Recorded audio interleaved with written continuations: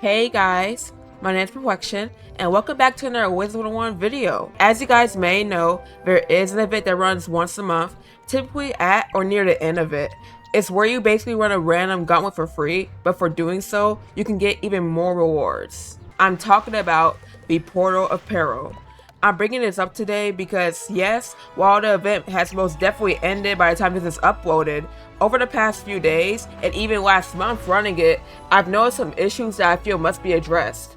Not only with the players, but the game itself too. This is kind of more of a rant video than anything, so I don't really expect anyone to agree with me. But I just want to see if people also share these same frustrations as me, so conversations could potentially be had about this. Before I get started, make sure to like and subscribe. Now with all that out of the way, let's get started. First, let's talk about the players. Mainly the toxicity or griefing that you can run into. So, people use Team Up for the Portal of Peril, right? Most of the time, my runs go relatively well. Might be some hiccups here and there, but the gauntlet is still completed most of the time. However, because people just want to grind their fortune coins and all that, some people may just be tired as hell and want to get this farming over with. I get it. I've been there before. I always dread using Team Up because there's always a chance of someone or something crazy happening, but I'll probably make the gauntlet take even longer than it usually does. Or even worse, make everyone restart the entire thing, wasting a credit. I'll get to that part in a bit. But yeah, some people, especially those experienced at the game, are way too comfortable when it comes to being ugly.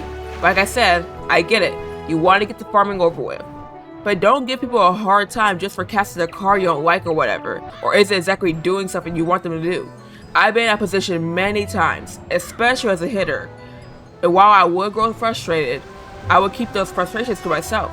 I don't like being mean, and the player is probably a newer player, so I wouldn't want to give them a thought of, wow, this community is toxic, maybe I shouldn't play this game anymore if most people are going to be like this. I'm aware not many people like listening, which, in my opinion, is something valid to be frustrated about. I just personally cut them a bit of slack because they're probably newer, and the gauntlet still gets completed just fine.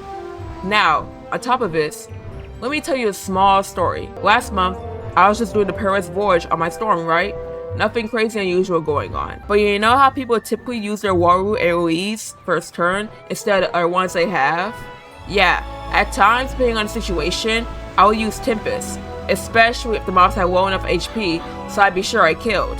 I'm aware that Tempest is weaker than Bunyip, which is why I only use Bunyip on beefier mobs like the Luminous Troglodytes. However, this guy who was like a level 30 something balanced, who I'm pretty sure had a max or something because he sounded pretty experienced, gave me a hard time over this single Tempest.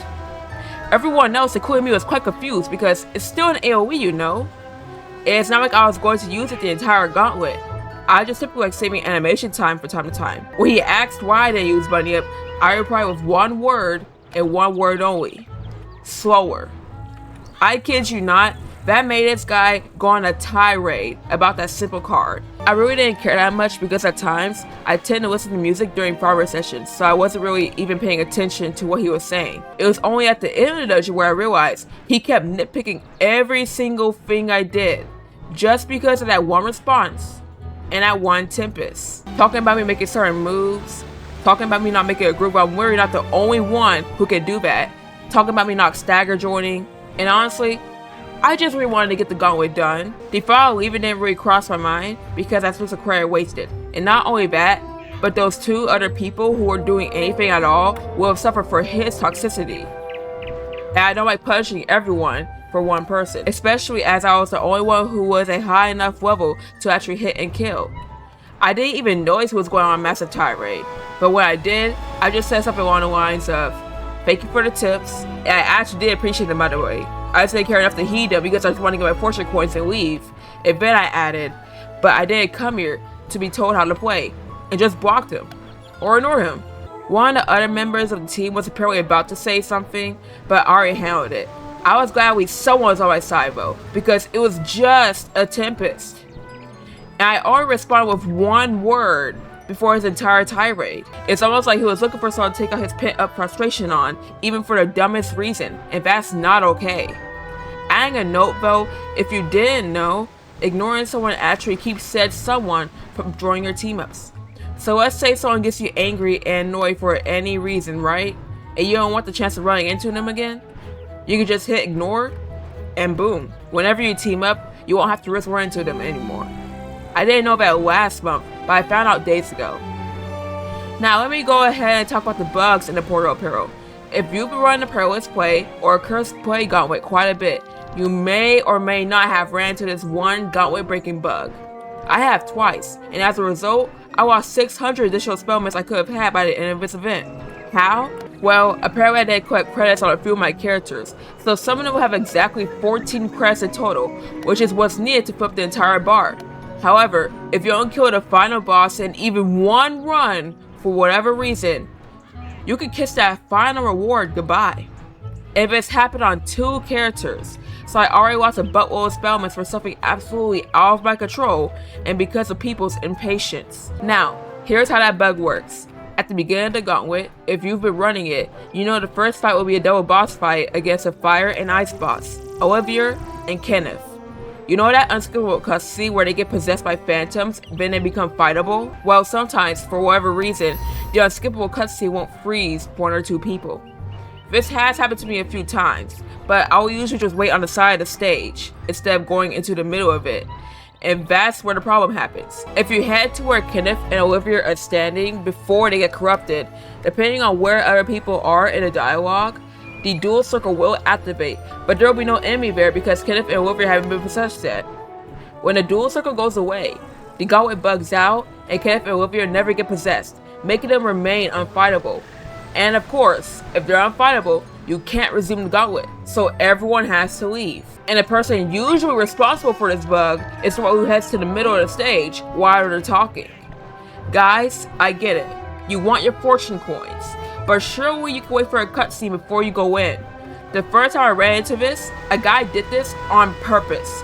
The second time, it was likely an accident, but this has resulted in me losing quite a few rewards because of that 1 credit. And this is probably the case for other people too. Basically, if you don't want the dungeon to bug out, be patient. There's a reason why they freeze you during that possession cutscene. And of course, I'm not only going to blame impatient players, but also the game. Of course, the game ain't perfect and it's definitely not bug free. I'm unsure if this is even fixable, but if it's not, that means you're going to have to hope your teammates don't break the dungeon due to impatience and just wanting to get the entire thing over with. Like, I get it. You've probably been at this all day and just want to get it over with. I feel the same way a lot of the time, especially since I have multiple characters to do this event on. But if a cutscene freezes you, it's typically for a reason, like Kenneth and Olivia's fight.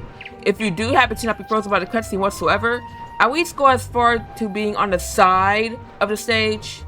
Don't go to the middle until they become fightable. Because this has happened on 2 out of 3 characters who I saw I missed a few credits on. I'm just gonna throw this on the third one. Deadass, because people can't be trusted out here. It's one of the hugest reasons I tend to solo in the first place. You know what they say, if they can't do it right, just do it yourself. I feel like if less bugs and toxicity were in the game, the Portal Peril would be a lot more bearable to do, at least in Team Up. The lack of etiquette, kindness, and the bugs occurring have been a massive problem. Not only in Portal Peril, but in general, especially in Team Up. One face for sure though. If possible, I'm definitely gonna get a set team next month.